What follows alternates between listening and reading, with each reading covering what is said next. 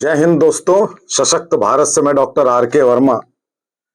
आखिरकार ट्रंप जीत गए, हम सब लोगों की कामना थी और बहुत ही मना रहे थे और अंततोगत्वा ट्रंप जीत गए। लेकिन साथियों, ट्रंप को जीतने में जितने पापड़ बेलने पड़े उसकी आप कल्पना नहीं कर सकते। पिछली बार भी ट्रंप को बेईमानी से हटाया गया था, मैं आपको बता दूं, और इस बार भी जितनी बेईमानी की गई है उसकी आप कल्पना नहीं कर सकते। आप ये मत सोचिए कि भारत में ही बहुत गड़बड़ियां होती हैं, अमेरिका में भारत से ज्यादा गड़बड़ियां होती हैं। 100% मीडिया ट्रंप के अगेंस्ट था, कमला हैरिस के फेवर में था। मैं बताता हूं क्यों ऐसा था।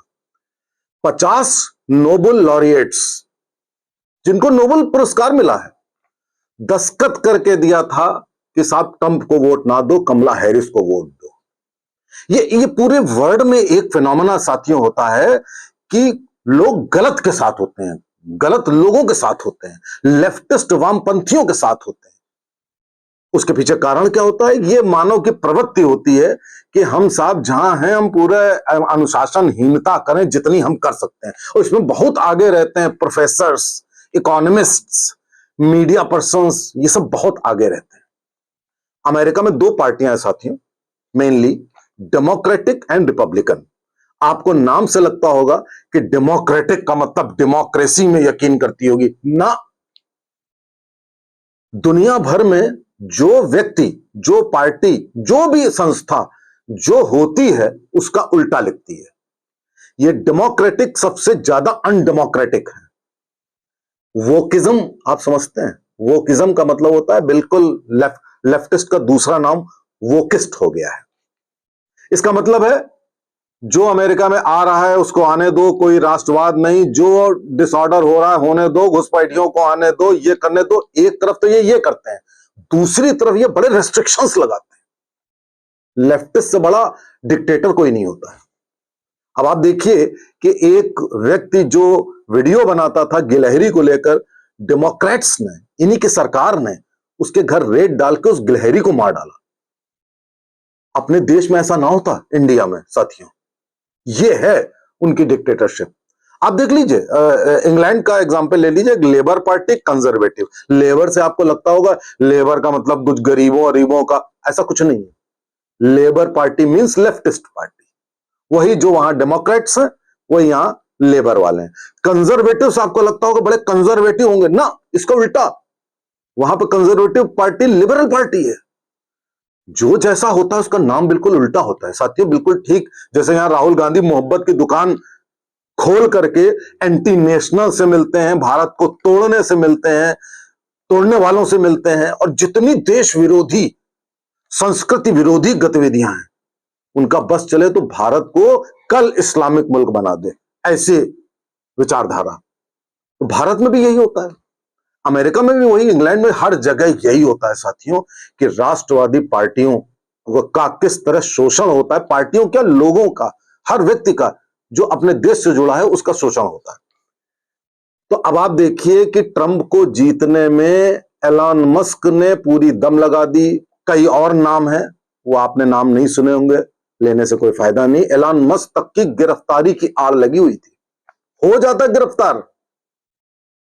और किस तरह से आप सोचिए, पेंसिल्वेनिया में एक समुदाय था, उस समुदाय जो कभी वोट नहीं देता था उस तक ने वोट ट्रंप को दिया, सिर्फ इस खातिर कि ट्रंप जीत जाए और केवल अमेरिका ही नहीं पूरा विश्व सही हो जाए। ट्रंप बिजनेसमैन थे, आज भी वो युद्ध के खिलाफ हैं। पूरी दुनिया में कहीं युद्ध नहीं होना चाहिए, लेकिन वो आतंकवाद के सख्त विरोधी हैं। इसी बीच में ट्रंप के ऊपर एक जानलेवा हमला हुआ, उनको असैसिनेशन अटेम्प्ट, उनको मार डालने की साजिश, उस पर भी ये डेमोक्रेट हंसे, अमेरिका के ये वामपंथी वोकिस्ट ये हंसे, और उन्होंने 4 साल में अमेरिका में इन्फ्लेशन रेट, महंगाई 22% तक करवा दी। अपने भारत में नहीं हुई साथियों। तो आप जरा देखिए कि क्या क्या कहर ढाए, और उस ट्रंप के असैसिनेशन अटेम्प्ट में कहते हैं ईरान तक का हाथ था, क्योंकि ट्रंप ईरान का विरोधी है, होना भी चाहिए। रशिया यूक्रेन वॉर रुकेगा, ये बात सही है, क्योंकि ट्रंप का पुतिन दोस्त हैं। इजराइल और हमास का युद्ध में भी विराम लग सकता है, क्योंकि ट्रंप का कहना है कि यार एक एक साल तक वॉर ना करो, जो करना है तुरंत डिसाइड करो, विकास होने दो, पूरे वर्ल्ड को तरक्की करने दो। तो ट्रंप उस मामले में स्टेबल है। एक तो कैंडिडेट बोलते हैं, स्पष्ट बोलते हैं, राजनेताओं की तरह नहीं बोलते। कोई ऐसा लीडर आज तक पैदा नहीं हुआ जिसने हिंदुओं का नाम लेकर के कहा हो कि हिंदुओं के ऊपर जो प्रताड़ना हो रही है बांग्लादेश में और भी जगहों पे, बिल्कुल गलत है। हिंदू एक प्रोग्रेसिव कम्युनिटी है, मैं उसको देखूंगा कि ऐसा ना हो। साथियों, अमेरिका छोड़िए, कहीं किसी ने, अपने देश में किसी ने नहीं कहा आज तक हिंदुओं के बारे में ऐसा।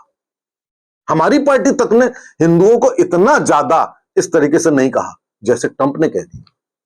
तो ये सब पॉजिटिव सिग्नल्स हैं कि ट्रंप कहते हैं कि हम अमेरिका तरक्की करें, हम क्यों हथियार दें दूसरों को, हम हथियार क्यों बेचें, हथियार बनाने वाली कंपनियों को प्रॉफिट क्यों दें, हम अपने देश को ऊपर उठाएंगे, हम अपनी बाउंड्रीज सील करेंगे, हम अमेरिका को महान देश बनाएंगे, क्या गलत है इसमें। बाकी क्या कहते हैं, हम हथियार देंगे, हर जगह इंटरफियर करेंगे, हर जगह युद्ध कराएंगे और हथियारों से अपनी इकोनॉमी चलाएंगे। ये डिस्ट्रक्टिव नेगेटिव आइडियोलॉजी है। खैर, लेकिन सब कुछ बहुत बढ़िया हो ऐसा भी नहीं है। जो आदमी बढ़िया होता है, दो चार चीजें उसकी ऐसी भी होती हैं जो हमारे हक में नहीं होती हैं। अब मैं आपको कुछ बातें बताता हूं जो हमारे हक में नहीं है और एक तरीके से हक में भी है। अब ट्रंप एक बिजनेस अप्रोच रखने वाले हैं कि अपना अमेरिका आगे बढ़े। हम भारत अभी क्या कर रहे थे कि डॉलर को रिप्लेस कर रहे थे इंडियन रुपी से। ट्रंप इसका विरोध करेंगे। ट्रंप डॉलर को फिर से ऊपर ले जाने की कोशिश करेंगे। उनके हिसाब से सही है, हमारे हिसाब से हम सही है कि हम इंडियन रुपी को आगे बढ़ाएंगे। ट्रंप ईरान के दुश्मन है। ट्रंप भारत से कहते हैं ईरान से तेल मत लो, तेल तुम्हें मैं दे दूंगा। ये सब कॉन्फ्लिक्ट्स आएंगे। ट्रंप बॉर्डर सील करते हैं, करना भी चाहिए, हमारे देश की तरह नहीं। बांग्लादेशी घुसपैठिए घुसे हुए हैं और रोहिंग्या घुसे हुए हैं, उनके वहां भी मैक्सिकन और इंडियंस तक बॉर्डर पर है। क्या गलत है कि अगर वो दीवार बनाएं, बॉर्डर सील करें, उनके देश के हिसाब से बिल्कुल ठीक है। तो इसलिए अगर ट्रंप बॉर्डर सील करते हो, कमला हैरिस कहती है कि हम बॉर्डर खोल देंगे, तभी बॉर्डर के इलाकों में कमला हैरिस ज्यादा जीती। ट्रंप का यह भी कहना है कि हम अपने वहां इमिग्रेशन, इस तरीके से फ्री लोगों का आना एकदम तेजी से, वो हम डिस्करेज करेंगे। कमला हैरिस कहती थी कि H1B वीजा और ये और सबको बुला लो, वोट बैंक बना लो। ये होता है ना कि दूसरे लोगों को बुलाओ फिर उनके वोट बैंक बना लो। ट्रंप कहते हैं ना, हम अमेरिकन की इकोनॉमी, क्या गलत है इसमें। और मैं तो बहुत खुश हूं अगर वो भारतीयों के अमेरिका जाने पर रोक लगा दे। भाई साहब, मैं बहुत खुश हूं। हमारा मिडिल क्लास तबाह हो गया है, सबके बच्चे अमेरिका और विभिन्न विदेशों में बैठे हुए हैं और वो बुजुर्ग मर जाते हैं ऑब्लिवियन में। हमारा सोशल फैब्रिक डिस्ट्रॉय हो रहा है, हमारा टैलेंट जा रहा है, ब्रेन ड्रेन हो रहा है। तो इसलिए हम मैं तो बहुत खुश हूं। भैया, तुम एक भी आदमी को अमेरिका में घुसने ना दो, स्टूडेंट को। मैं तो खुश हूं, आप डिसएग्री कर सकते हैं। उन बच्चों को, हमारे देश को महान बनाना है। हमारे देश में चैलेंजेस हैं, उनको फेस करिए ना। आप क्यों कंफर्टेबल लाइफ वहां चाहते हैं। इसी तरीके से कई एक ऐसी बातें हैं, जैसे कि रशिया से हमारी दोस्ती है। ट्रंप रशिया के दोस्त होते हुए भी ट्रंप को ऐसा लगेगा कि अमेरिका के नजदीक आओ। लेकिन चूंकि ट्रंप मोदी दोस्त हैं, तो जाहिर सी बात है कि मोदी ट्रंप की तरफ भी झुकाव होगा मोदी का आगे, जो कि इधर हट गया था। क्यों? क्योंकि डीप स्टेट ऑफ अमेरिका ने मोदी को उखाड़ने की कोशिश करी जो बाइडेन के अध्यक्ष काल में, राष्ट्रपति शासन काल में। और केवल मोदी को ही नहीं, ट्रंप को उखाड़ने की कोशिश करी डीप स्टेट ने। और डीप स्टेट का एक पार्ट मीडिया होता है। हमारे देश का 80% मीडिया मोदी के विरोध में था। अमेरिका का 100% मीडिया ट्रंप के विरोध में था। आप कल्पना कर सकते हैं, क्योंकि जो मीडिया होता है ना, ये बस खाने पीने वाला होता है।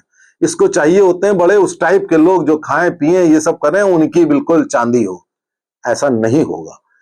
तो कुछ नेगेटिव पॉइंट हैं उनको कैसे मोदी जी डील करते हैं, ये मोदी जी से बेहतर हम आप नहीं जान सकते, लेकिन वो कर लेंगे।